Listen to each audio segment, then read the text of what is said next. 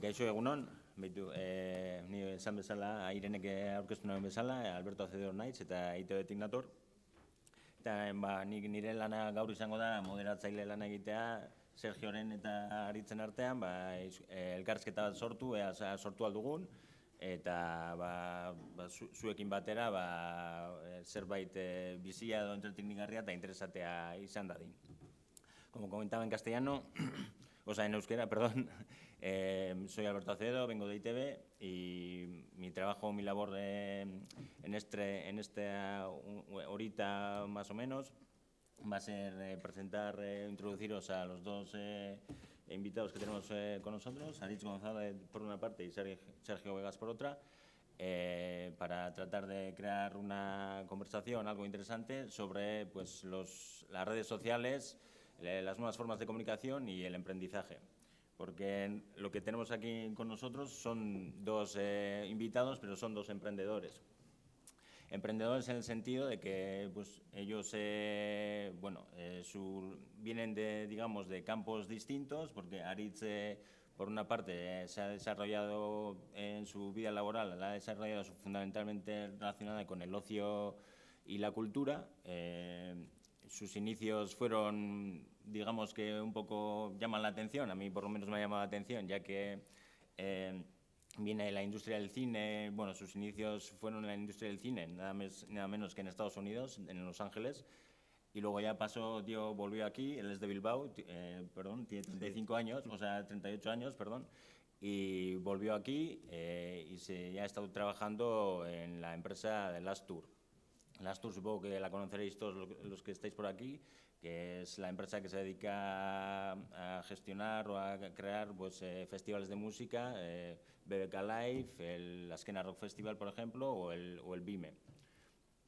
Y estando en Last Tour, en el año 2021, a finales de 2021, él y yo, junto con otros compañeros, creó el primer club profesional de Euskadi de eSports, que se llamaba el Bisons eClub, si no me equivoco, ¿no? Eso es, sí. Perfecto. Y sobre todo él está aquí para hablarnos de su experiencia en el mundo de los eSports, lo que deparó esos 2 años y la experiencia con los jugadores, todo el equipo, lo que supone sus estrategias comunicativas y el mundo ese de la liga, de los eSports, que no sé si es tan conocido para toda esta audiencia. Para la parte más joven, seguramente sí. Para la no tan joven, y me incluyo, igual no tanto. Por otra parte está Sergio Vegas, él es periodista, viene de Vitoria, tiene 35 años, si no me equivoco, eso he acertado, y su vida ha estado relacionada con los medios de comunicación casi desde el principio. En un principio han estado relacionados con los tradicionales, como es normal, sobre todo con la radio.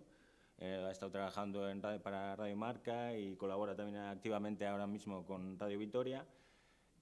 Luego pasó en 2013 a trabajar en una agencia de marketing digital y ahí se desarrolló durante unos 5 años en distintas labores. Y en 2018, ahí se decidió pasarse o aventurarse al mundo de YouTube, abrir un canal en YouTube para hablar sobre uno de sus grandes hobbies, el baloncesto. Y en 2018 lo hizo como una prueba para ver si funcionaba, le gustaba, qué resultados obtenía. Se dio un plazo de 1 año, según me comentó ayer. Y en ese año lo que vio le gustó y hoy en día sigue como un referente a nivel nacional, como un experto en baloncesto, un canal súper activo en YouTube que tiene casi 100.000 miembros entre su canal de YouTube, Twitch y Instagram, creo, y Twitter también. Y nada, él nos va a contar un poco cuál es su día a día, cómo desarrolla sus estrategias y cómo se comunica con su audiencia. Vamos a comenzar, si os parece. Voy a hablar primero con Aritz porque creo que igual los eSports son igual un poco el gran desconocido para la audiencia, bueno, no para esta parte, pero igual sí para esta. Y me gustaría, Aritz, que nos contases un poco qué son los eSports y cómo os metisteis vosotros en esa aventura de Bisons. Bueno, lo primero, gracias a todos por estar aquí, también a la universidad, que como antiguo exalumno de la facultad, pues bueno, siempre es un placer estar en este tipo de iniciativas. Imagino, todos y todas conocéis lo que son los eSports. ¿Hay alguien que no sepa lo que es? Sí que lo saben, sí que realmente saben ¿Estás seguro? de qué van los eSports. Bueno, yo voy a hacer simplemente una pequeña introducción de los eSports. Al final, los eSports, como la propia palabra lo dice, eSports viene de Electronic Sports, deportes digitales. Al final todos pensamos en videojuegos, en gente jugando a videojuegos, chavales jugando a videojuegos. Esos son los eSports, ¿no? Pero al final también hay que hacer la gran diferencia de si todos los eSports son videojuegos, pero no todos los videojuegos son eSports, ¿vale? Al final los eSports podemos decir que son competiciones de videojuegos regladas, es decir, que tienen unas reglas, en este caso no existen federaciones, pero sí que pueden tener como una especie de, digamos, organizaciones que acogen estas competiciones, ¿vale? Y una cosa importante para saber dentro del tema de los eSports, al final es, que justo lo comentaba Alberto ayer, el fútbol, por ejemplo, poniéndolo como ejemplo, el fútbol no pertenece a nadie. El fútbol es de todo el mundo. O sea, si yo mañana quiero hacer aquí un torneo de fútbol, lo podemos hacer entre nosotros y no tenemos que pedir permiso absolutamente a nadie. ¿Qué es lo que pasa con los eSports? Los eSports pertenecen a los propietarios de los videojuegos. Las competiciones de eSports pertenecen a los propietarios de los videojuegos, es decir, a los publishers. En este caso, si hablamos de los videojuegos League of Legends o Valorant, su publisher, el creador de ese videojuego, es Riot Games. Entonces, todas las competiciones que queramos hacer de League of Legends o de Valorant tienen que pasar por Riot Games. Riot Games te pone unas normas. Vas a estar compitiendo con mi videojuego, con lo cual te tienes que acatar a unas normas que yo te voy a poner. Es decir, ¿quieres hacer un torneo de League of Legends? Ok. ¿Quieres meter patrocinadores? Vale, no puedes meter bebidas alcohólicas, no puedes meter casas de apuestas, hay ciertas limitaciones que te ponen, tanto para las competiciones como para los propios clubes. O sea, tú eres un club que tienes un equipo de League of Legends y no puedes tener el patrocinador que quieras, tienes que pasar por el filtro del publisher, porque es su videojuego, estás jugando a una cosa que les pertenece a ellos. Entonces, ahí tenemos la diferencia de si un día, en este caso, que no ocurrirá, pero Riot Games se va al garete y quiebra como cualquier empresa, todo lo que hay por debajo, todos los equipos que sustentan clubes que juegan a League of Legends o a Valorant, desaparecen, porque ya no tienen ese fútbol, ¿no? que está ahí, ¿no? Entonces, es como una diferencia muy clara con el deporte tradicional, ¿no? Pero entonces, bueno, dejándolo así como descripción global, podríamos para tener en la cabeza de qué son esos eSports. Luego nos podríamos meter más a qué títulos hay, a qué videojuegos se puede jugar, cómo están compuestos estos equipos, etcétera, etcétera. Y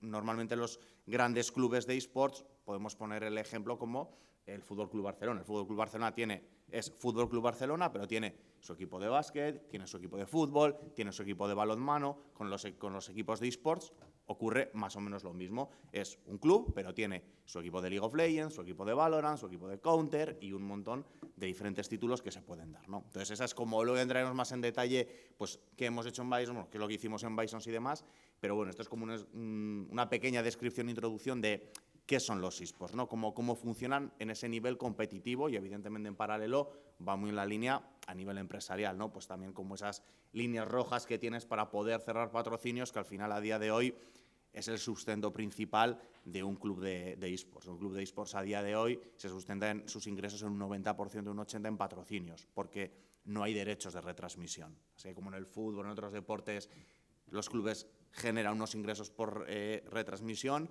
en los eSports no ocurre eso, porque se retransmiten por Twitch principalmente todos, es una retransmisión gratuita y sí, puedes generar negocio a través de cómo quedes en ciertas competiciones. Pero vamos, para que tengáis un ejemplo, nosotros participando en la LVP, en la Liga de Videojuegos Profesional, en concreto de League of Legends, si tú ganas la liga, eres el campeón de la liga, de un split de ellos, lo que ganas, el dinero que ganas por quedar el primero, no te da ni para pagar las nóminas de toda la gente de tu empresa un mes, ¿no? Entonces, ahí vemos realmente cómo las vías de financiación tienen que estar siempre sustentadas sobre patrocinadores, ¿no? Y estar siempre pensando en marcas que entren en tu equipo, y muy en línea en lo que vamos a tratar hoy es en esa comunicación. ¿Qué comunicación les das a esas marcas utilizando como excusa a tu equipo?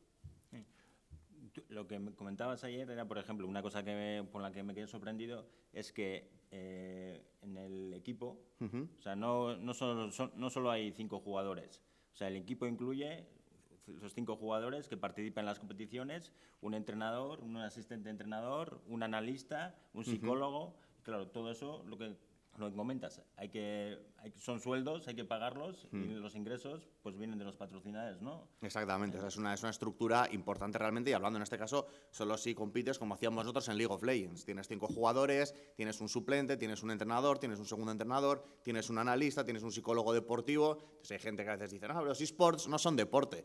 Bueno, no voy a ser yo quien diga si son deporte o no, pero simplemente viendo las plantillas que tiene, creo que se parecen bastante a lo que tiene cualquier otro equipo de deporte tradicional, ¿no? Entonces al final pues sí que es, o sea, están los jugadores, entrenadores, etcétera, etcétera. Dices que existe un suplente, o sea, y las lesiones que se dan, por ejemplo, o sea, se dan... Sí, pues, o sea, en este caso pues pueden ser enfermedades o así. Sí, o bueno, por enfermedad, por lesiones que puedas tener en la muñeca, en los dedos, etcétera, etcétera, pero bueno, que siempre estás también obligado, ¿no?, por tener ese suplente, ¿no? Es como una obligación también de la liga de que siempre tienes que tener ese backup, por si acaso. Vale. Y mientras Aritz participa en un equipo, Sergio, tú te las arreglas de manera prácticamente individual, ¿no? Sí. Tu día a día, ¿en qué consiste? Como creador de contenido en YouTube, como experto en baloncesto, ¿cuál es tu día a día para crear contenido? Bueno, lo primero, dar las gracias por la oportunidad de poder venir aquí. Me hace mucha ilusión también, bueno, formar parte de proyectos como este, ¿no?, donde hablamos también de periodismo y de comunicación. Sí, es cierto que mi vida ha dado como mucho giro, ¿no?, sobre todo en los últimos 2 años, años y medio, donde ese canal, ¿no?, que comentabas que empecé en 2018, empezó a convertirse en el proyecto seguramente que marca mi vida, y me cambian muchas cosas. Yo vengo del periodismo clásico, estudié en Leioa, siempre con la ilusión de ser periodista deportivo desde muy pequeño, de dedicarme al mundo de la radio, de viajar, retransmitir partidos. Bueno, ese sueño que yo creo que mucha gente que está en esta sala pues lo tiene o lo ha tenido. Y la vida, pues porque es muy complicado el mercado laboral, porque hay mucha competencia, porque el contexto, cuando me tocó salir al mercado, pues vivir la crisis que fue muy, muy compleja, pues me hizo reinventarme e ir encontrando otras áreas de la comunicación que me parecen súper interesantes, pues como el mundo del community management, el mundo del marketing digital, y empezar a entender muchas cosas, ¿no? Y en ese espacio, bueno, fue donde pude crear mi canal, como bien decías, sin una pretensión clara de a dónde quería ir, porque en 2018 realmente la comunicación en periodismo en YouTube, pues había canales de fútbol, pero no había nadie en baloncesto, ¿no?, que se dedicara a hacer vídeos y contenido diario. Y fue pasando el tiempo y hubo un momento en el que un vídeo hizo un clic, y desde entonces dije, aquí hay una oportunidad, ¿no? Vamos a probar, vamos a hacer las cosas de la manera que a mí me gustaría hacer el periodismo, en este caso sobre baloncesto europeo. Y continuamos, ¿no? Ha sido un crecimiento muy, muy interesante, me ha abierto muchas puertas, pude empezar a trabajar durante 4 años en DAZN, he retransmitido un mundial de baloncesto con la FIBA, un fútbol mundial el pasado verano, me ha surgido la oportunidad de escribir un libro, de dar ahora, por ejemplo, o dirigir una microcredencial sobre creación de contenido y marca personal. Me ha permitido viajar, ese sueño que nunca pude hacer y que ojalá pueda hacerlo, ¿no?, porque yo sigo trabajando a caballo entre medio tradicional y mundo online. Pues poder viajar a Kaunas con mi canal. Yo recuerdo sentarme en el Zalgiris Arena de Kaunas para ser el primer canal de YouTube que retransmitía un partido de una Euroliga o una Final Four, y en ese momento en que estás colocando las cosas, miras, ves el campo y dices, ostras, estoy en el país del baloncesto, yo solo me lo he montado aquí con esa búsqueda de patrocinios que decíais que me parece súper importante, y un poco con mis manos, ¿no? Y con mi trabajo, y con 600 vídeos subidos en un año, y con 300 horas de directos, y con mucho trabajo que hay detrás. Bueno, mi día a día se basa, por un lado, en lo que es periodismo que podríamos entender más clásico, ¿no? Pues tengo partidos que retransmitir, tengo vídeos que hacer, tengo directos que preparar, organizar un poco. Esa es la parte que a mí más feliz me hace, ¿no?, que es un poco lo que mi vocación me ha llevado. Pero es cierto que luego he ido aprendiendo que hay otras cosas que, para que eso pueda ser real, tengo que mantener contacto con marcas, saber crear contenido alrededor tuyo, y que demostrar, tú saber lo bueno que es tu producto, pero hacérselo saber a esas marcas, a esas empresas, a esos posibles colaboradores que entiendan que tienen que apostar por ello. Es un trabajo muy complicado, seguro que luego hablaremos de esto, pero es una parte fundamental porque es donde tú puedes empezar a despegar y puedes empezar a pensar que ese hobby que te puede reportar algo de dinero se puede convertir en un trabajo de verdad, ¿no? Y a mí eso es algo que intento transmitir a todo el mundo, porque a mí la percepción y lo que más me enfada es cuando alguien sale de la carrera y me dice, ¿y ahora qué hago? No puedo hacer nada. No me lo puedo creer. Más o menos somos de la misma edad y nos será muy complicado hacer un podcast. Tienes que engañar al técnico de la radio, que fuera amigo tuyo y quedar a las 7 de la tarde en un sitio para grabar. Hacer vídeos sería imposible. Hoy en día hay opciones. Otra cosa es que triunfes o que hagas lo que tú quieras o que encuentres lo que tú busques, incluso llegar a plantearnos qué es triunfar, ¿no? Que también yo creo que eso merece un debate. Pero hay alternativas, ¿no? Y a mí la verdad que si no llega a aparecer seguramente YouTube y el mundo de Internet en mi vida, seguramente no me hubiera dedicado a la comunicación. Probablemente, porque todos los inputs del periodismo tradicional me iban empujando poco a poco a salir, ¿no? A salir. Yo he sido muy cabezón, tenía muy claro que quería dedicarme a esto y trataré de hacerlo el resto de mi vida. Y la verdad que ha sido un viaje muy bonito, y lo está siendo, ¿no? Pensar ahora que en un mes estaré en Berlín o que he podido tener experiencias con deportistas, conocerlos también de cerca, que pasen por el canal, ¿no? En la pandemia poder ayudar también haciendo charlas. Bueno, es otra manera de entender el día a día, un poco frenética y un poco caótica e inestable, porque creo que el mundo de la comunicación también lo ha sido, el periodismo, pero la verdad que a mí me hace feliz cada día. Muy bien. Y tú, en tu día a día, alimentas tanto un canal en YouTube, pero también tienes otro en Twitch. ¿Y qué diferenciación haces entre ellos? Bueno, yo todavía soy un poco de los que creen que YouTube va por un lado y Twitch por el otro, aunque es cierto que hay ciertas sinergias, sobre todo para organizar, ¿no? Mi canal de Twitch es como si organizara para el medio más tradicional un programa como tal, de 2 horas y media, en el que saco tiempo para poder hablar con colaboradores, tratar temas un poco específicos del día, de actualidad, o previas, o post, o charlas con amigos, siempre buscando ese punto de actualidad y también entretenimiento, ¿no? Ser acompañante, porque al final creo que también es algo que a mucha gente le apetece, porque Twitch es un medio perfecto para ponértelo en modo radio y pasear, ir a hacer la compra o hacer cualquier gestión.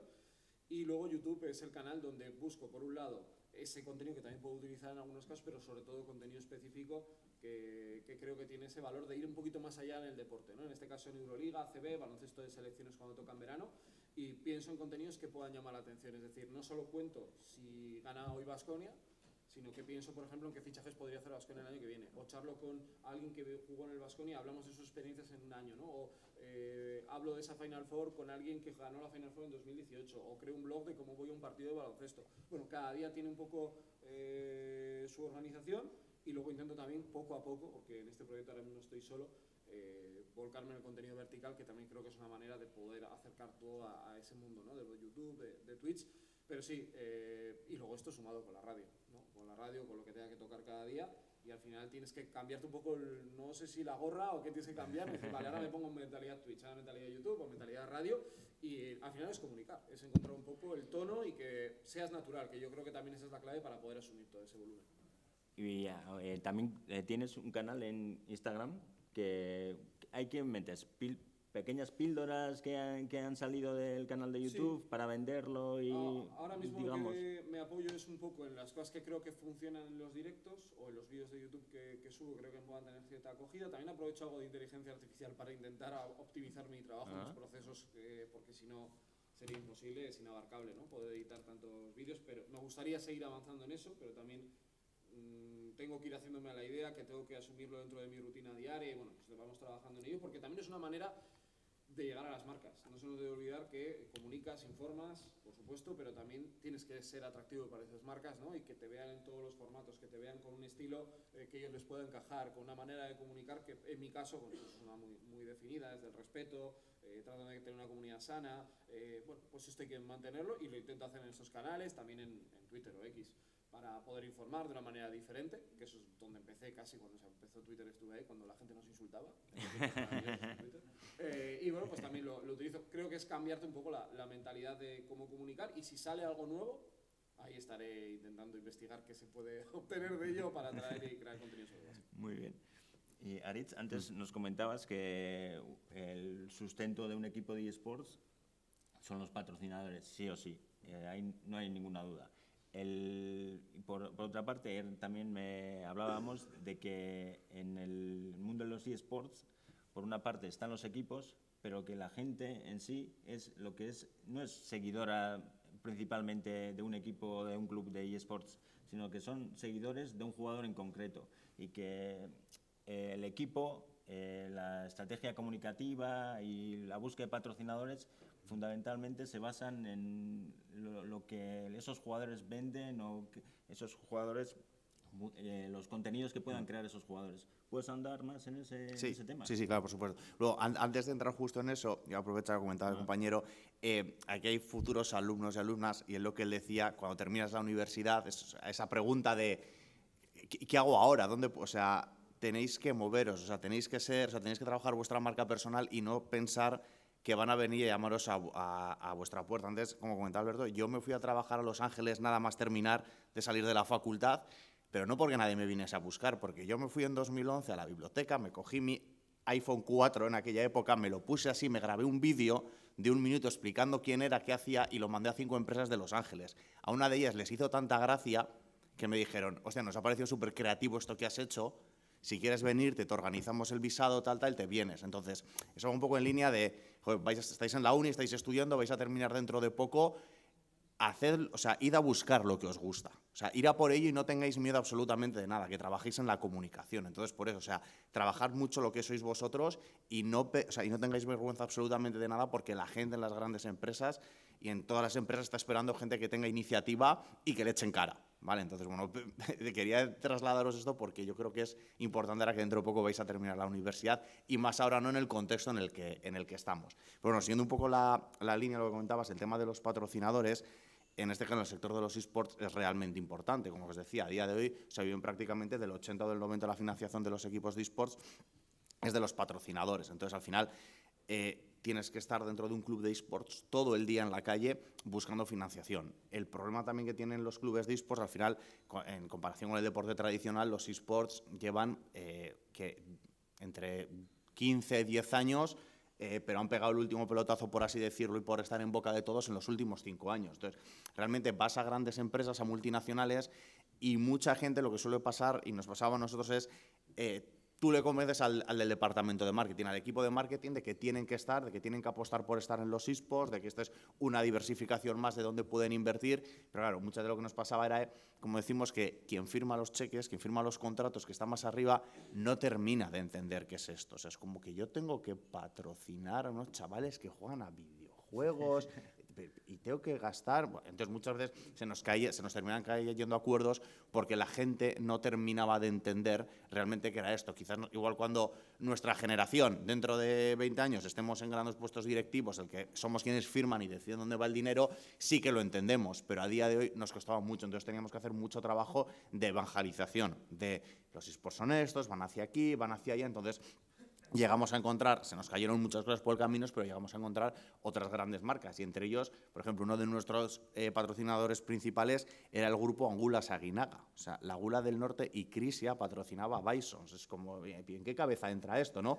Pues para ellos era lo que nos decían, es que es la única forma que tenemos de llegar al público joven. O sea, es que no tenemos otra forma. Entonces, así como si hacemos publicidad en medios tradicionales, sí que llegamos, pues bueno, al final al que es nuestro principal target, que es quien hace la compra en casa, etcétera, etcétera. Pero sí que queremos vender ciertos productos de, oye, Crisia tenemos a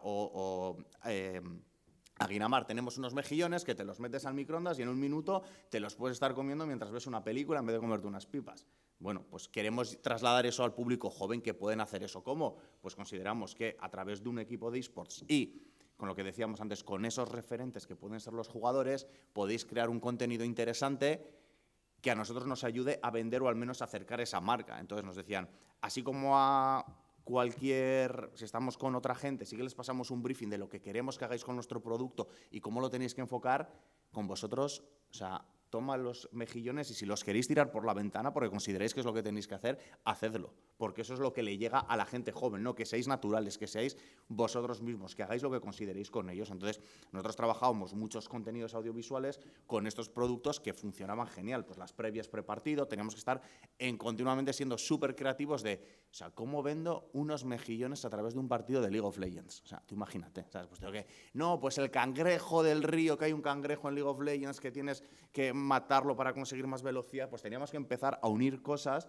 para crear ese storytelling para que esos vídeos funcionasen y llegasen, ¿no? Y al final, pues sí que lo conseguimos y realmente se crearon como unas sinergias muy buenas entre realmente el club, entre los jugadores, que a los jugadores también les tienes que convencer para que te salgan a hacer vídeos. O sea, esto lo comparas con el deporte tradicional y tú imagínate a los hermanos Williams cuando terminen el partido de entrenar, oye, tienes que venir ahora a grabarte una promoción con unos mejillones, ¿sabes? Pues te dirán, oye, pues por mi contrato puedo hacer 1 o 2 al año, ¿no? Nosotros será cada día con los jugadores, convencerles, oye, tienes que hacer esto porque es que quien está pagando tu marca son estos mejillones. O sea, perdón, tu sueldo, quien está pagando tu sueldo es esta marca. Entonces, tenemos que estar en constante en los eSports utilizando esas figuras que son los jugadores para crear esos contenidos, ¿no? Porque realmente, como comentábamos antes, son esas figuras, muchas veces clubes fichan a grandes jugadores, como pasa también en el deporte tradicional, para crear más comunidad, para hacer más grande su club, ¿no? Pero realmente lo que pasa en los eSports es que mucha gente sigue a ciertos jugadores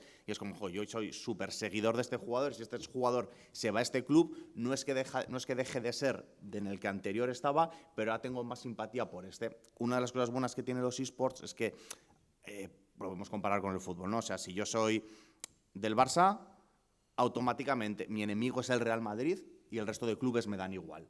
Y viceversa, yo del Real Madrid, el Barça es mi enemigo y el resto de clubes paso de ellos. En los eSports no, los eSports es, digamos, como por ejemplo, yo siempre he puesto el ejemplo a quien le gusta la NBA, ¿no? Alguien de aquí que le gusta la NBA, pues igual es simpatizante de los Celtics, pero lo que le gusta es la competición, lo que le gusta es ver cualquier equipo jugando al deporte que a él le gusta. Pues en los eSports pasa algo parecido, puede ser más simpatizante de un club, pero normalmente un fan de un equipo de eSports tiene igual 7 camisetas diferentes de clubes de eSports, porque lo que le gusta es la competición, lo que se genera alrededor de eso, los jugadores. Entonces es fan del ecosistema. Entonces es algo bueno para los eSports porque al final tienes tus propios fans, pero realmente estás generando un negocio de los fans son todos, ¿no? Entonces al final, pues bueno, eso ayuda, eso en parte ayuda al negocio y lo compara y lo hace un poco diferente, ¿no?, a lo que viene siendo el deporte tradicional. Muy bien. Y por tu parte, siguiendo la línea de los patrocinadores, ya una vez que te has hecho un nombre, digamos que llegas a este estatus, ¿ya tocan tu puerta o sigues teniendo que irte a tocar puertas? Tocan la puerta, pero menos de lo que te gustaría que fuese, y toca ir a tocar muchas puertas y se lo manda a puerta fría muchas veces y tratando de explicar que ese producto o lo que tú estás ofreciendo tiene ventajas en muchos sentidos y, claro, en mi caso choca directamente con los medios tradicionales. Es decir, ¿por qué tengo que dejar de, si tengo 10.000 euros de presupuesto, ¿por qué tengo que dejar de invertir en un periódico o en una radio para hacerlo contigo? Pienso en esto, ¿no? Y es una pelea difícil de explicar porque hay luchas con esos directores de marketing y con esos jefes de una empresa que yo también les puedo llegar a entender, es su dinero, y dicen, ¿yo qué hago, no? Un chico que graba vídeos en YouTube, en su setup y tal. ¿Por qué le tengo que hacer eso? ¿No? Hasta que lo van entendiendo. Yo, por suerte, y a mí me gusta decir mucho que los que suelen quedarse, o sea, los que vienen se quedan a nivel de patrocinadores, y eso es porque una vez que lo ven, se dan cuenta un poco de esa naturalidad, de esa espontaneidad. Yo no tengo problema en ponerme a comer en una retransmisión. Durante la Copa del Rey tuvimos 150.000 espectadores únicos y ahí estábamos comiendo y estábamos contando que había no sé dónde. Esa naturalidad, porque la gente lo que busca es sentirse representado, ¿no? Estar en ese gran evento o estar en ese vídeo o contar que la selección española ganó un europeo o que el Real Madrid ganó la Euroliga y tú estás ahí diciendo, vale, lo estoy contando, pero también estoy transmitiéndote lo que para mí es, ¿no?, estar en ese sitio. Y eso es muy importante. Es un proceso muy complicado, el que en mi caso, yo al venir de periodismo clásico no recibí ningún tipo de formación. Al final yo lo que intento además siempre es ir yo a los sitios y transmitir un poco la energía, y me pasa muchas veces que hablo con gente del mundo de las empresas, con los marketing, de gente de marketing, y me dicen, ostras, no sé, o sea, te creo porque me lo estás diciendo con tanta ilusión, se ve que es tuyo, me dice, ostras, es que me estás desbordando, ¿no? Y eso es un poco el valor añadido que tú le puedes dar. Yo no tengo, o de momento no he conseguido todavía esa estrategia súper de marketing, de ventas, yo no tengo esa capacidad, pero sí tengo de contarles mi verdad y mi canal, y yo voy con los datos, que esto es algo muy bueno que tiene el mundo de internet, que los datos son los datos, no se pueden ocultar, es decir, están ahí, tú los puedes enseñar y eso es medible, y eso creo que también es un valor añadido muy importante para la gente que queremos ir a buscarlos. A mí me ha permitido de estar retransmitiendo una Copa del Rey en mi casa, con mi setup de la oficina que tengo, a estar en Kaunas, a ir a Berlín, a estar en Badalona, a poder viajar y poder hacer 8 entrevistas en 3 días con jugadores del Barça, Juventud de Zaragoza, de Manresa, poder bueno, pues organizar diferentes tipos de proyectos, ir con compañeros, no solo yo, pues gracias a que esas marcas han decidido apostar. Hay que inventarse todo tipo de formatos, todo tipo de ideas, packs para que puedas un poco que ellos entiendan también que si apuestan por esto puede salir aquí. No solo centrarte con las marcas, pues claro, la percepción del periodista que sale, por ejemplo, de aquí, dice, bueno, yo voy a Bilbao, yo voy a Donosti, yo voy a Gasteiz y ya lo tengo, que va. Es que igual tu cliente potencial está en Alemania o está en Estados Unidos, con lo cual tienes que empezar también potenciar también tu capacidad para hablar en otros idiomas y ser capaz de transmitir con un kit de prensa bien hecho, actualizado, con lo cual también tienes que tener algo de idea de diseño o tener a alguien contratado o un freelance que te ayude en todo esto. Es una rueda, y creo que es algo en lo que mucha gente no se ha visto porque nos hemos imaginado un poco esa sensación de yo salgo, voy a una radio, voy a una tele, voy a no sé qué y ahí lo tengo. Hoy en día creo que ha sido Gemma la que ha comentado el tema de que te piden muchísimas cosas. O sea, hoy en día te piden... Sí, tienes que ser diseñador, creativo... Que se escuche bien. Por favor, escribe en tu rato libre, publica en las redes sociales, porque claro, que tenemos que estar en las redes sociales. Tampoco te metes en mucho lío, porque claro, si no vas a generar un problema a la empresa y luego desarrolla tu marca personal. Hoy es muy exigente todo, ¿no? Y es cierto que si consigues pasar ese primer impulso, ¿no? En el que lo ves todo muy imposible, en el que nadie te coge el teléfono, en el que todos son nos por respuesta, porque la vida de la gente también hay que entender, o sea, ese director de marketing, ¿cuánta gente como tú le llega? Claro, su vida va muy rápido, tú te crees que lo tuyo es lo más importante, pero para ellos, pues igual no es ni de las 3 cosas más importantes que tienen en el día. Es una pelea que una vez que pasas ese primer nivel, de esa primera capa, bueno, empiezas a encontrar la vuelta. Yo creo que también es un poco la bola de nieve, ¿no? Que van viendo que esto funciona, marcas que se van conectando, luego te empiezan a llegar un contacto más, pero es una lucha constante, porque al final esto, cuando ya además parece que ya lo tienes, de repente, yo qué sé, aparece TikTok, a empezar de cero, o oye, Twitch ha bajado un poco, pues venga, vamos ahora a YouTube, o aparece Kik, o aparece eso, que tienes que ir como todo el rato, innovando, aprendiendo, dándole una vuelta, porque no te puedes relajar. O sea, reinventarse todo el rato. Todo el rato. En contenidos, en la forma de venderlo y en hacer que, y decía, dicho de esa manera, que el contenido encaje. Claro, porque lo que decía, ¿no? Es que al final tienes que llegar a entender, y en mi caso, bueno, somos jugadores, es el periodista que está ahí, o mis compañeros que vienen conmigo, que en mi caso, esas patatas, ese banco, eso es lo que nos está permitiendo estar ahí, ¿no? Y muchos de mis compañeros, por ejemplo, son más mayores que yo, claro, vienen del periodismo clásico, alucinan, me dicen, pero esto, ¿cómo es posible, no? Pues está ahí y sobre todo valora mucho la naturalidad, porque además para mí hay algo que tiene muy bueno el mundo de Internet, que es la comunidad. Es que es muy difícil de explicar, ¿no? En directos en Twitter, el feedback que tienes, el cómo se alegran de que a ti te vaya bien, cómo te apoyan cuando a ti te va mal, el saber que tú subes un vídeo y hay una respuesta, mejor o peor, opinen distinto, o sea, esto ya es otro debate, pero el sentimiento de comunidad es muy, muy difícil de explicar para quien no está metido en el mundo online. Y lo percibes, eso es... Se nota, o sea, fíjate, yo por ejemplo estuve en la Copa del Rey en Málaga hace poco, hicimos una quedada, yo hice una quedada para ver si vienen 3, pues contento y tal. Pues había 50 personas y empezaron a aparecer, y nos tomamos pues, una cerveza, un café, estuvimos charlando hora y pico, tal, sacas un libro y de repente, boom, se pone el número 1 en ventas en baloncesto cuando lo anuncias a 2 semanas de que ha salido. O venga, consiga no sé quién, consigues una entrevista y de repente todo el mundo te escriben. O gente del mundo de la comunicación que me pasa mucho, ¿no? Que yo siempre tenía referentes, ¿no? Y que de repente alguien te diga, mira, es que me has motivado a empezar a hacer mi canal de YouTube. Y te dice, oye, mira, ¿qué consejo me da? Ostras, qué buena. Yo no lo hice por eso, pero te lo encuentras y es algo... Ya, pero te llegan premios, por así decirlo, ¿no? Son premios, claro, hay gente que dirá, ¿qué prefieres eso o, como digo yo, el Lamborghini en el coche y en el garaje? Pues chicos, yo prefiero un poco esa sensación de tener ese cariño de la gente que tú no has buscado, lo has trabajado y te lo encuentras y a gente le estás motivando para hacer, o gente que en mi caso, con el baloncesto, padres o más, porque mi público es muy amplio, no tengo igual tanta gente de 18 años, pero tengo mucha gente de 24 para arriba, gente que están separados porque su padre vive en un lado y él en otro, o con su madre, dejó el baloncesto del padre y gracias a los vídeos del canal los ven juntos o los ven y luego los comentan. Estás influyendo, ¿no? Un poco en la vida de la gente y eso también es muy especial. Qué bien.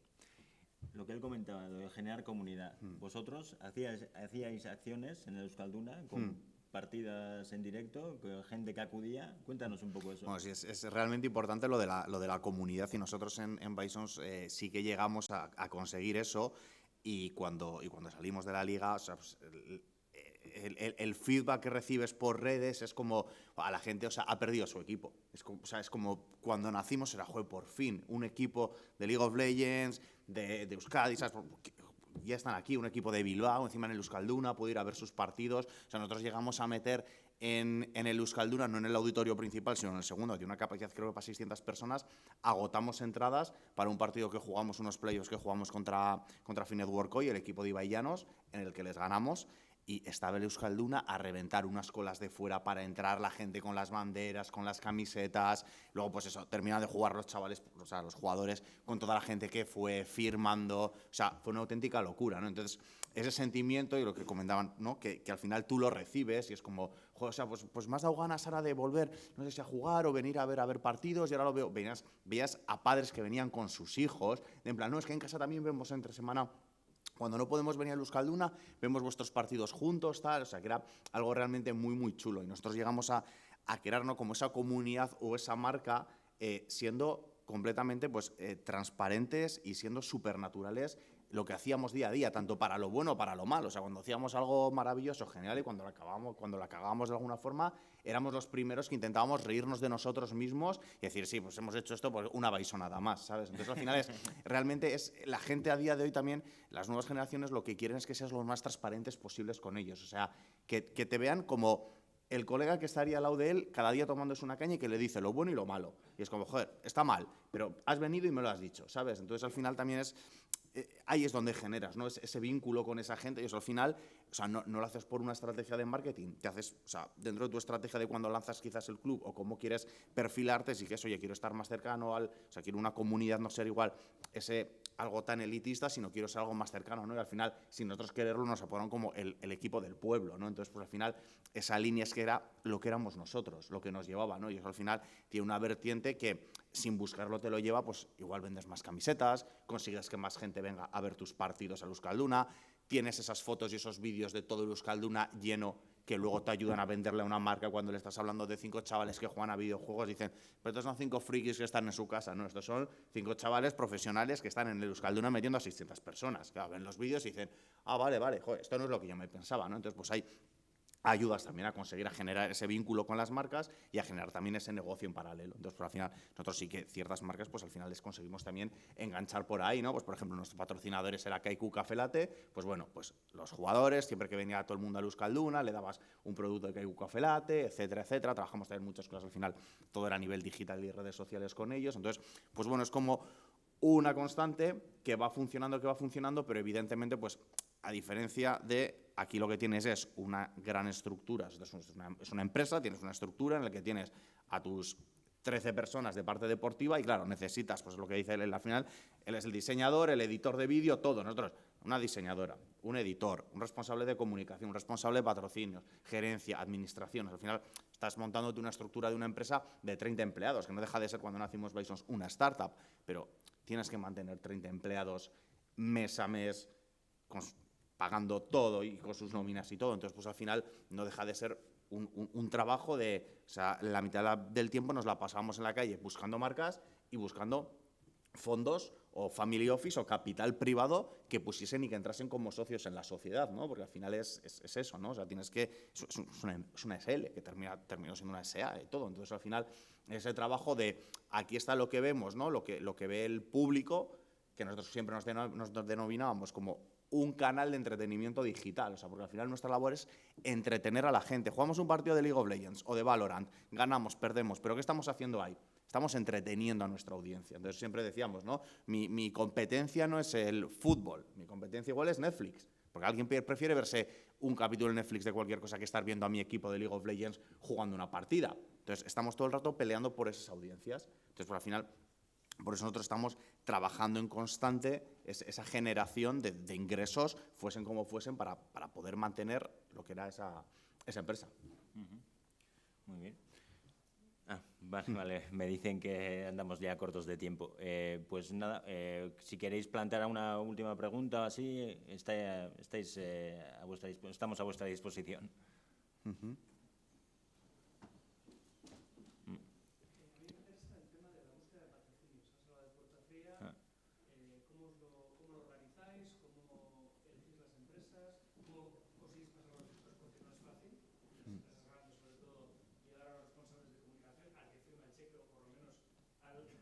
¿Cómo hacéis esa selección? ¿Qué tipo de material presentáis? yo en mi caso, lo primero que hago es una evaluación mía de cuáles son mis puntos fuertes y qué puedo ofrecer que a esas marcas les puedan encajar, ¿no? Con un informe de prensa, tampoco, bueno, volvernos locos, pero sí, 5 o 6 páginas, bien diseñado, bien maquetado, con datos que sean relevantes y con algo que me pueda servir, porque al final no puedo hacerlo solo para cada empresa, sino tener algo genérico que puedo ofrecer y a partir de ahí buscar.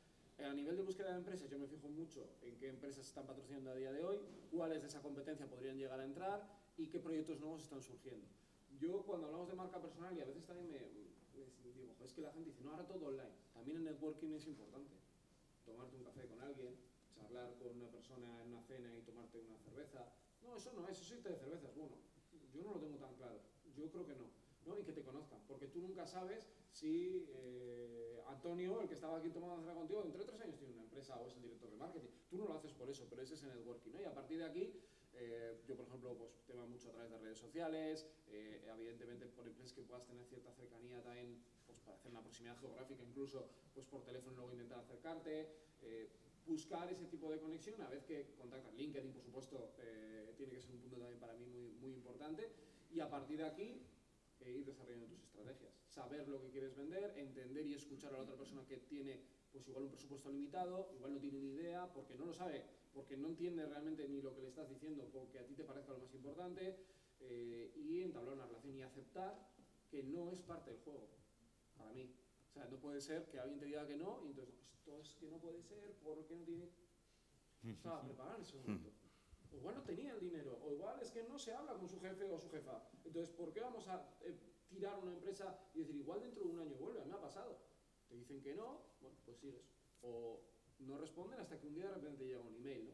Creo que hay que saber jugar un poco con eso y entender también, por lo menos en mi caso, para mí intento ser siempre lo más claro posible, explico lo que voy a hacer con ese dinero, que creo que también es importante para que entienda cuáles son los objetivos. Pues vamos a viajar, vamos a hacer esto, vamos a crear tal cosa, voy a intentar tener pues, un editor, porque esto es una de las cosas que así aprovecho que lo preguntas. Yo he estado muy cansado del pago por visibilidad. Yo vengo del periodismo en el que tú escribías y vas a tener tope de visibilidad. Es una broma que hago bastante en el canal, ¿por qué vienes por la visibilidad? ¿No? Entonces, si quieres tener a alguien, que creo que también esto es algo que tiene el mundo online, hay que hacer consciente que hay sueldos. Hay que hacer consciente que no puedes tener a alguien trabajando gratis, ¿no? Que es algo que, por ejemplo, que yo he vivido el periodismo clásico, no lo he vivido.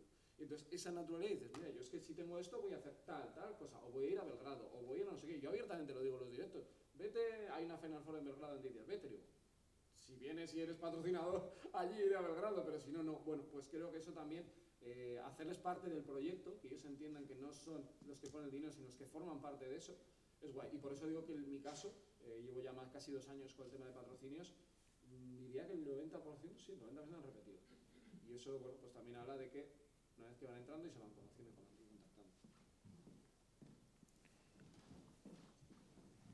Por nuestra parte prácticamente igual, ¿eh? O sea, al final te montas un dossier comercial, buscar quiénes están, qué otras marcas están en otros clubes, que si están, que puedan estar con nosotros o no, sino buscar a la competencia y vender, y de 50 que presentas uno te dice que sí. Bueno, mi pregunta va para Aritz, ya que yo en su momento estuve subido en la Baisoneta. Ay, claro, sí. Y más que nada es porque tema patrocinadores y así, ya que, bueno, al final el que firma el cheque, pues bueno, es el de arriba, pero al final, al ser los eSports como un mercado a futuro, ¿por qué existe esta dificultad a la hora de conseguir patrocinadores? Ya no dentro de, por ejemplo, componentes electrónicos como igual Logitech o así, sino más... pues igual te viene Coca-Cola o Chupachus, como en el caso de Giants. ¿Por qué existe esa dificultad al final? O sea, ¿por qué crees? Pues yo creo, lo comentaba antes, ¿no? Porque no terminan de entender quizás el ecosistema, también porque hay mucha competencia, o sea, hay muy pocas marcas que estén dispuestas a día de hoy a entrar en el sector de los eSports. Las grandes multinacionales, digamos, casi prefieren patrocinar a la liga. O sea, realmente nos estamos pegando todo el día con la liga, la gestión a media, pero estamos pegando todo el día con la LVP canibalizaban prácticamente todos los patrocinios, ¿no? O sea, por eso Bisons, si te acuerdas, prácticamente todas las marcas que nos patrocinaban eran marcas de aquí. Era Kaiku, el Grupo Angular Saginaga, etcétera, etcétera.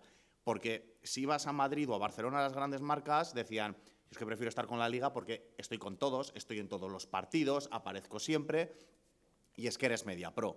Tú eres Bisons, eres un equipo de Bilbao que está en el Euskalduna, que es muy bonito lo que hacéis, pero lo que me estás pidiendo prefiero dárselo a la Liga. Entonces, por eso nos costó mucho y nos centramos mucho en la estrategia nuestra, en centrarnos en marcas de aquí, y nos salió. Pero también sí que es cierto que muchas de las multinacionales o grandes empresas de aquí no tienen quizás la visión de esas grandes empresas que pueden tener en Madrid o en Barcelona de eSports, digital, nuevas generaciones, etcétera, etcétera. Digamos que iban más como a: yo estoy en mis medios tradicionales, estoy bien aquí, si quieres ya es igual a futuro, ya lo vamos viendo. Entonces había marcas pues sí que se tiraron y apostaron por nosotros, pero otras muchas no. Pues decía, de 50 que llamabas, pues te abría la puerta uno. Y mira que no lo intentamos, y a nivel estrategia nosotros también, al final, yo viniendo de Lastur, y Lastur siendo uno de los, en este caso de los socios, que era de Bisons, tú imagínate la cartera de clientes de marcas a los que llamar. O sea, si de Lastur no llamamos a toda la cartera de clientes que tiene Lastur de sus diferentes festivales de música para conseguir patrocinadores para Bisons, pues imagínate.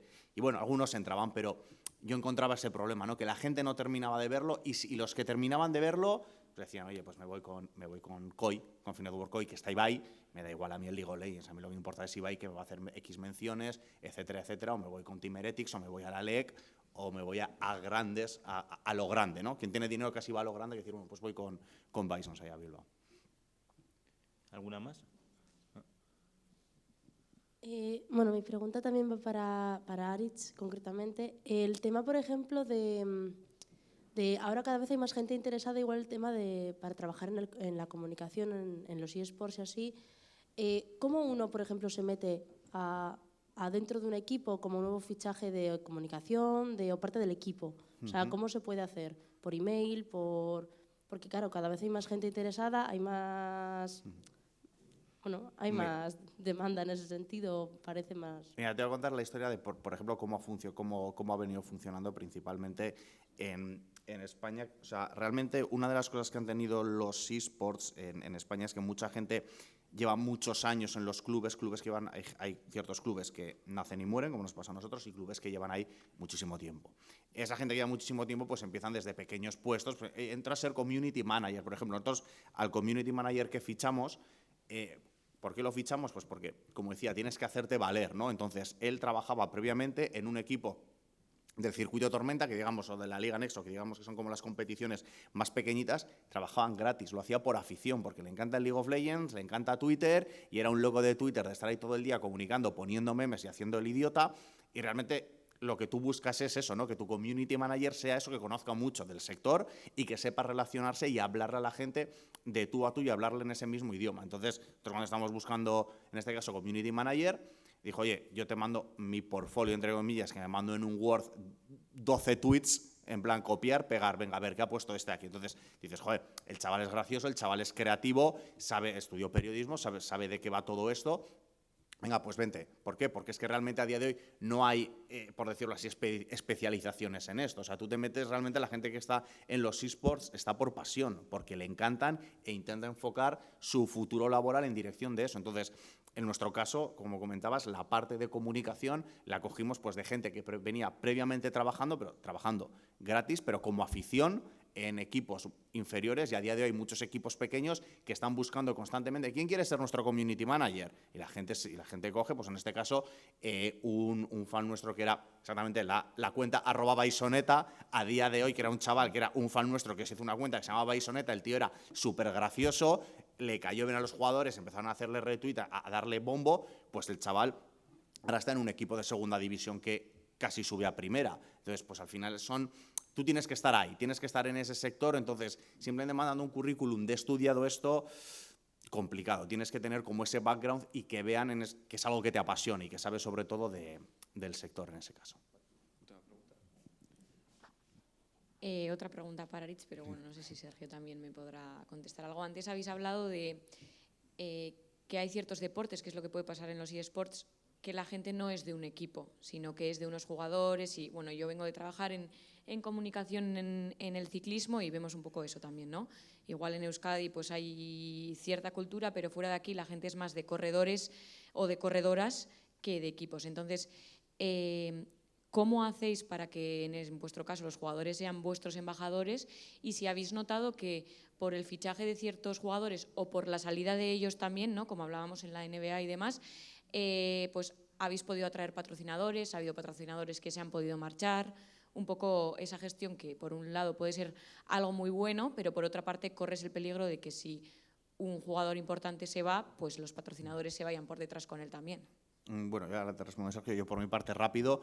Tú imagínate, cuando vas a ver, lo que te comentaba, cuando íbamos a vender a marcas, les hablabas de eSports, no entendían muy bien. Imagínate que les hablas de League of Legends, te dicen, ¿de qué me estás hablando? Imagínate ya si les hablo de Mirwin, que era un jugador nuestro, o sea, no tienen ni puñetera idea. Entonces, en nuestro caso no teníamos ese problema de, como un jugador se va, el patrocinador no, o sea, es que el patrocinador casi no sabe ni de lo que le estábamos hablando. Entonces, a nosotros no nos pasaba eso. O sea, realmente que el sector de los eSports sea una gran comunidad donde la gente prácticamente es fans de todo, incluso nos ayuda, ¿no? O sea, no nos delimita. A nosotros nos ayudaba simplemente el conseguir marcas porque éramos de aquí y esas marcas querían unirse de, joder, pues yo estoy con el Athletic o estoy con el Bilbao Basket, pues también quiero estar con el club de eSports de nuestra tierra, ¿no? Pero nosotros no teníamos ese problema de un jugador que se fuese y que perdieses un patrocinio por ello. Incluso aunque nosotros quedásemos los últimos en la liga, que no nos pasó, no, o sea, no percibíamos, y ocurre en el sector de los eSports, que porque quedes el último en la liga no pierdes,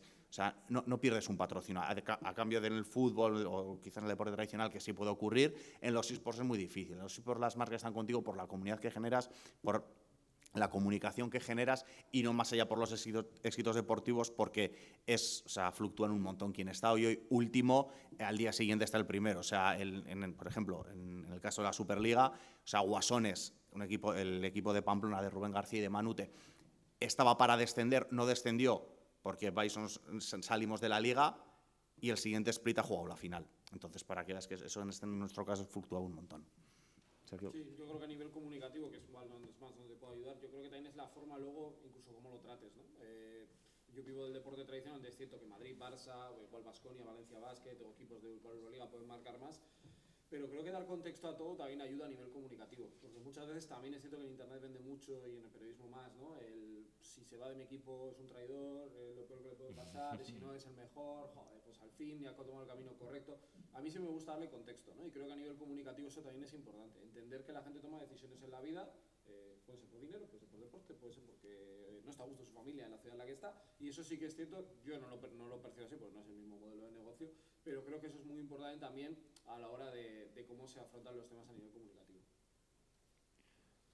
Ahora sí, la última pregunta. De acuerdo. Yo os quería preguntar a los dos, porque claro, me parece, ambos sois emprendedores. Cuando dais ese paso, yo sí le digo a mi madre que mañana voy a montar un club de eSports, yo creo que me tira la zapatilla a la cabeza. No lo hagas. Entonces, quiero preguntaros cómo disteis ese paso y cuando lo disteis, cómo de apoyados os sentíais, porque imagino que para todos siempre está bien tener apoyo de la familia, amigos, etc. Mi Esker.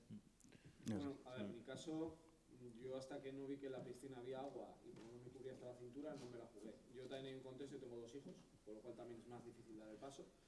Yo hubo un momento también en mi vida en el que mi vida solo giraba, porque en el momento de la pandemia se me juntaron muchas oportunidades laborales, un periodista muchas veces no puede decir que no, ¿no? Y tienes que ir cogiendo, y yo me acuerdo un sábado por la mañana estar en mi casa y notar que mi cuerpo, después de un viaje a Madrid, después de haber estado en Donosti por la mañana, en Madrid a la tarde de un partido, llegar a las 3 de la mañana y con mi hija no dormía, mi cuerpo me dijo que hasta aquí hemos llegado. No me pasó nada, pero esa sensación de decir, decide, piensa, porque igual te puede pasar algo.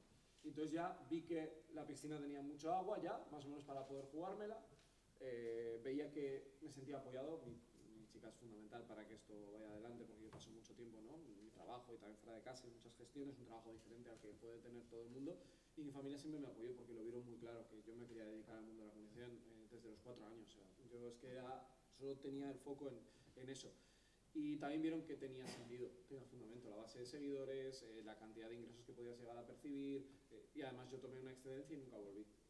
Me tomé una excedencia porque tenía que optar por ese cambio, había que apostar por mí, porque el tren de un contrato laboral puede acabar llegando. El tren que yo podía coger en ese momento, yo estoy convencido que no lo hubiera vuelto a pasar. Tampoco digo que hubiera sido un error el otro lado, yo sé que me hubiera arrepentido, entonces me la jugué, puse todo encima de la mesa, lo expliqué en mi casa, lo entendí. Bueno, la respuesta fue, no sé por qué no has decidido antes esto, pero bueno, pues fuimos ahí y luego tuviste que ser muy responsable. Claro, porque cuando pasas a esto es otra cosa que no nos explican. En general, no hablo ya de periodismo. Ser autónomo, la cuota, el 303, no sé qué, ahora manda no sé cuánto, ahora hace aquí, este mes cuánto ganas, pues no se sabe, porque claro, las visitas, la marca, el no sé qué, bueno, es otro mundo que vas aprendiendo ensayo-error, con otra gente que también haces ese networking, ¿no? De gente que está empezando también como tú, o que tiene más tiempo, más experiencia y te ayuda. Si yo si me dices, tengo un canal de 20.000 seguidores en YouTube, ¿qué haría? Le digo, trabaja. Ya está, trabaja ya al contrario. Pero si tienes la oportunidad y ves que hay un momento que eso tiene base, pruébalo. Tendrás tiempo de volver a los trabajos convencionales. Y bueno, yo por mi parte quizás es diferente. Yo en ningún momento he sido propietario de Bisons, o sea, yo era el director general, pero Bison se crea pues porque unos socios deciden poner un dinero para invertir en un negocio. O sea, es una empresa más, es como quien decide abrir un restaurante, pues vamos a montar un equipo de esports. Unos socios ponen cierto dinero, se compra una plaza, se ficha, en este caso yo la primera persona que entro como director general, se ficha un equipo, compras la plaza, empiezas a competir y lo bueno y lo malo que tiene, pues así como cuando un bar o un restaurante o cualquier negocio te va mal, echas la persiana, pues como en todas las empresas, pues llega un momento en el que los socios toman la decisión de la empresa suya, de esta empresa no va a continuar, se cierra y pues todos los que estamos ahí, pues como puede ocurrir en cualquier trabajo, pues a buscarte en este caso la vida. Sí que es cierto que todos los que veníamos, que empezamos en Bisons, dejamos nuestro trabajo, pero ¿por qué? Exactamente por lo que decía Sergio. O sea, es un tren que no puedes dejar pasar. Yo estaba en un trabajo en el que sabía que ahí estaba tranquilo, que podía seguir adelante, que no iba a tener realmente problemas laborales, y sé que si me metía en una startup, como cuando entras en una startup, puede ser o de aquí al cielo o en 2 años o en 1 a buscarnos la vida. Pero bueno, había que probarlo. O sea, que tener delante de mí la oportunidad de dirigir un club de eSports no se iba a volver a dar. Entonces di el salto, lo mismo lo di yo, lo dio mi compañera Anne, que dejó su trabajo como responsable de una agencia y se vino, y el resto de gente que empezó a trabajar en Bisons. Bueno, pues hicimos una historia maravillosa, sé que llegamos al corazón de muchísima gente y que les hicimos súper felices con lo que creamos.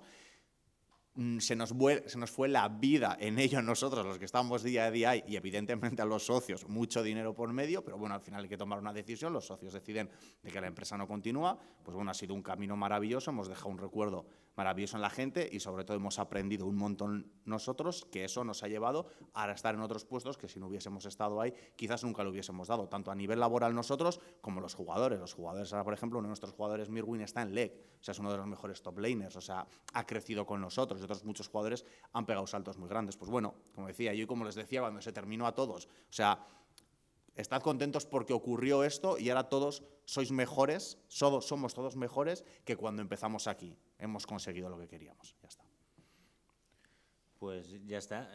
Con esto se termina esta charla coloquio. Espero que os haya resultado interesante y, por supuesto, muchas gracias a los invitados y, desde luego, ha resultado muy enriquecedora. Eskerrik asko. Eskerrik asko, bai.